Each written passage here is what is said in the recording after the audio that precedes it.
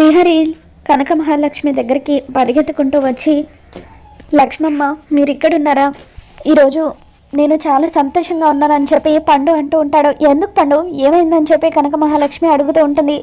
విహారీ బాబు గారికి ఎటువంటి గండాలు రాకూడదని, ఆయన ఎప్పుడూ కూడా క్షేమంగా ఉండాలని, సంతోషంగా ఉండాలని మీరు వ్రతం చేసి ఉపవాసం ఉన్నారు కదా, అలాగే విహారీ బాబు కూడా మీ సంతోషం కోసం ఉపవాసం చేస్తున్నారు అని చెప్పి పండు కట్టుకున్న భర్త కోసం భార్య ఉపవాసం చేస్తే ఎటువంటి ఫలితం ఉంటుందో, అలాగే కట్టుకున్న భార్య కోసం భర్త వ్రతం చేసి ఉపవాసం ఉంటే ఆ భార్యకు మంచి జరుగుతుందట.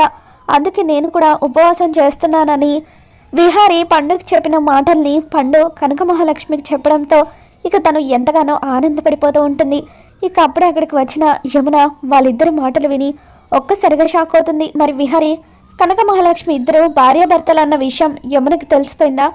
ఏం జరగబోతుందో మళ్ళీ మన ఛానల్లో తెలుసుకుందాం. ఈ వీడియో మీకు నచ్చినట్లయితే తప్పకుండా లైక్ చేయండి.